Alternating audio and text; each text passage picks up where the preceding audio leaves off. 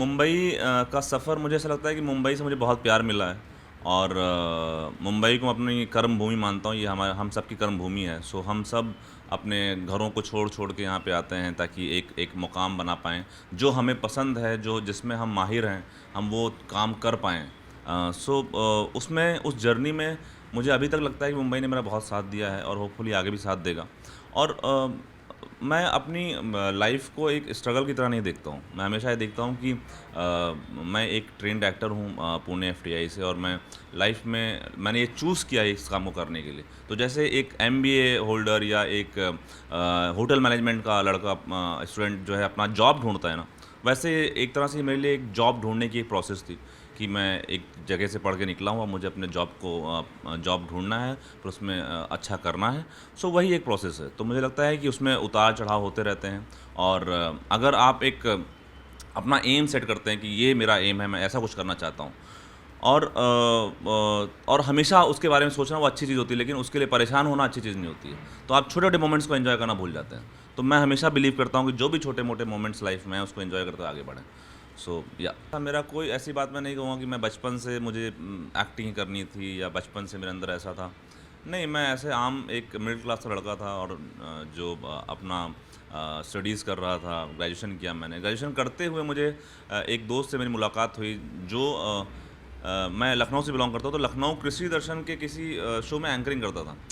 तो जब मैंने उसे टीवी पे देखा तो मुझे बड़ा ऐसा लगा कि अरे यार, ये मेरा दोस्त टीवी पे आता है और एंकरिंग करता है। तो मैंने उसको अप्रोच किया और मिला कि यार मुझे भी कुछ ऐसा लगता है कि मैं करना चाहूँगा। तो बोल उसने मुझे बोला, हाँ तुम्हारी आवाज़ आवाज़ अच्छी है, तुम दिखते भी ठीक ठाक हो, तो तुम एक काम करो, तुम थिएटर करो पहले। फिर वहाँ से प्रक्रिया शुरू हुई। मैं एक प्ले देखने के लिए गया तो मुझे लगा कि अरे यार, ये तो कमाल के एक्टर हैं, मतलब हमारे बहुत सारे बॉलीवुड एक्टर से बेटर एक्टर हैं ये लोग। वहाँ से एक जर्नी स्टार्ट हुई, और फिर मैंने थिएटर ज्वाइन किया। थिएटर ज्वाइन करने के बाद मैंने लखनऊ में बहुत अच्छा सारा काम किया। वहाँ से ये हुआ कि अब मुझे आगे बढ़ना चाहिए मंज़िल की तरफ, मुंबई की तरफ।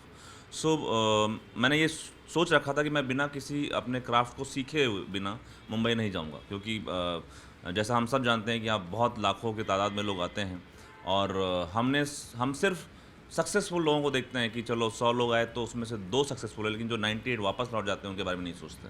तो हमेशा हमें उस चीज़ को सोचना चाहिए कि जब आप किसी भी एक फील्ड में जाते हैं तो आपको ये जानना बहुत ज़रूरी होता है कि आप उस फील्ड के या उस प्रोफेशन के क्राफ्ट की नॉलेज आपको है कि नहीं।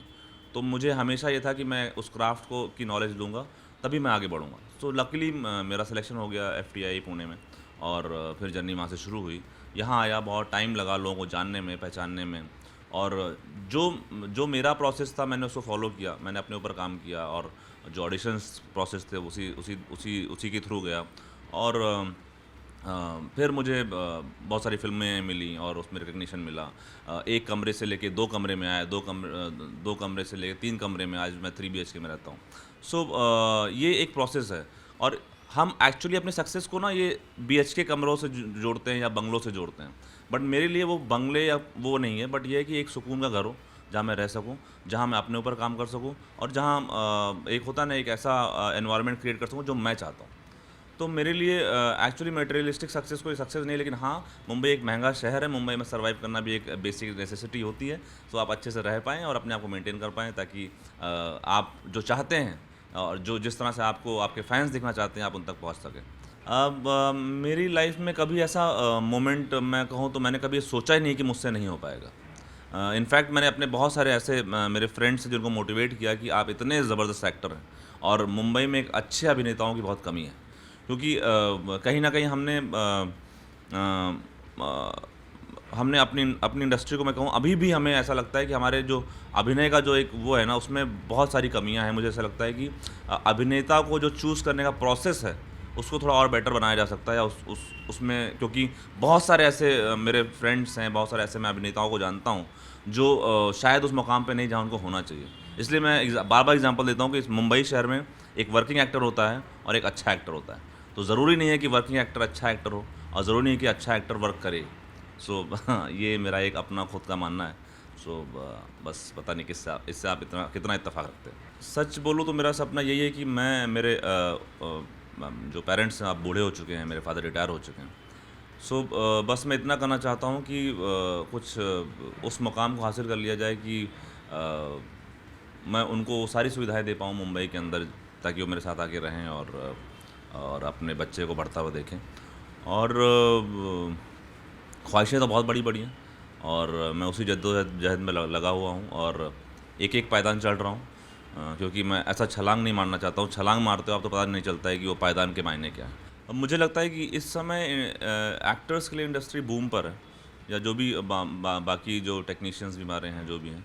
बट क्योंकि आप देखें तो इतने सारे मीडियम आ गए हैं, अब बड़े पर्दे से चीज़ें फ़ोन तक आ गई हैं, और इतने सारे प्रोजेक्ट चल रहे हैं, इतनी सारी अपॉर्चुनिटीज़ क्रिएट हुई हैं इसकी वजह से।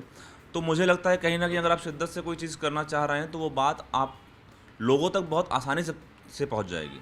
मुझे लगता है कि बहुत सारे आप ऐसे देखोगे, कोई वेब सीरीज़ देखोगे या कोई टेलीविज़न का कुछ देखोगे। टेलीविज़न तो चलो आप हर घर में है, लोग जानते हैं अगर आपका शो हिट है और आप किसी शो का हिस्सा हो।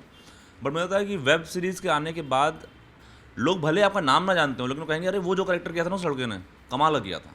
सो ये जो एक पहचान बनने का एक जो वो शुरू हुआ है कि लोग डायरेक्टली आपसे कनेक्ट हो पा रहे हैं, ना कि वाया कि अरे हमने एक फ़िल्म देखी बड़े पर्दे पर, अच्छा ये स्टार है, और फिर भूल गए। आज कंटिन्यूसली इतने सारे प्रोजेक्ट्स चल रहे हैं कि कंटिन्यूसली आपको नोटिस कर रहे हैं कि अरे ये, जैसे मुझे नोटिस, अरे वो गुंजन सक्सेना वाला लड़का था, वो बहुत कमाल, अरे देखो गुंजन सक्सेना वाला लड़का इसमें आ गया घूमे किसी के प्यार में। सो ये जो एक रिकग्निशन है ना, धीरे धीरे आप अपना नाम बनाते हैं कि हाँ अभी योगेंद्र विक्रम सिंह, ये इसका नाम योगेंद्र विक्रम सिंह है। सो वो जो प्रोसेस है वो इसीलिए आया है क्योंकि इतनी सारी अपॉर्चुनिटीज़ खुल गई हैं। और मुझे लगता है आप अच्छा करोगे तो आपकी पहचान बनेगी। बस कुल मिला के आपको काम आना चाहिए। अगर आपको काम आता है तो आपकी पहचान बनेगी। किसी के प्यार में कि नाम आपने लिया तो थोड़ा जानना चाहिए कितना मिस कर रहे हैं, और जो फैंस हैं वो वापस लाने की बहुत सारी हाँ, उसका क्या कहना चाहेंगे? आज भी फैंस का इतना प्यार मिल रहा है मुझे सोशल प्लेटफॉर्म्स पे और अलग अलग जगहों पे। कल ही मैं यहाँ सामने कॉफ़ी शॉप है, वहाँ बैठा हुआ था, तो एक यंगस्टर आया मेरे सामने और बोला कि मैंने अभी मम्मी से आपकी फ़ोटो दिखा के पता किया कि आप वही हो शायद, तो सो मेरी मम्मी बहुत बड़ी फ़ैन है, तो मैं तो ऐसी बातें होती रहती। फिर वो पूछने लगा कि कैसे मैं बैठा हूँ, तो ऐसी बातें हुई। लेकिन हाँ, क्योंकि जहाँ तक सम्राट की बात करूँ, सम्राट ने मुझे हाउस होल्ड नेम बना दिया, और वो इतना प्यारा कैरेक्टर, इतना लवेबल कैरेक्टर था। मुझे लगता है कि उसमें जो भी मेकर्स हैं, चैनल ने बहुत ही अच्छे से उस कैरेक्टर को ग्रो किया और बहुत अच्छे से बुना। और मेरा जाना गुम को छोड़कर वो एक स्टोरी का हिस्सा था, वो आज नहीं तो कल जाना था। बट और मैं फैंस के सेंटिमेंट्स को समझ सकता हूँ कि वो अगर अपनी फैमिली की तरह उस शो को समझते हैं कि ये मेरा भाई है, ये मेरी बहन है, ये मेरी माँ है, ये मेरे बाप है, तो उसमें से अगर फैमिली कोई एक इंसान की डेथ हो जाए तो कितना ख़राब लगता है। तो मैं उनकी सेंटिमेंट्स को समझता हूँ और उनके प्यार को मैं हमेशा ग्रेटिट्यूड शो करता हूँ कि वो इतना प्यार देते हैं मुझे। बट होपफुली किसी और नेक्स्ट उसमें मैं उनकी सारी जो अपेक्षाएं हैं मुझसे, जो कमी या जो भी चीज़ें रह गई हैं जो मुझे मिस कर रहे हैं, वो पूरी हो जाएगी।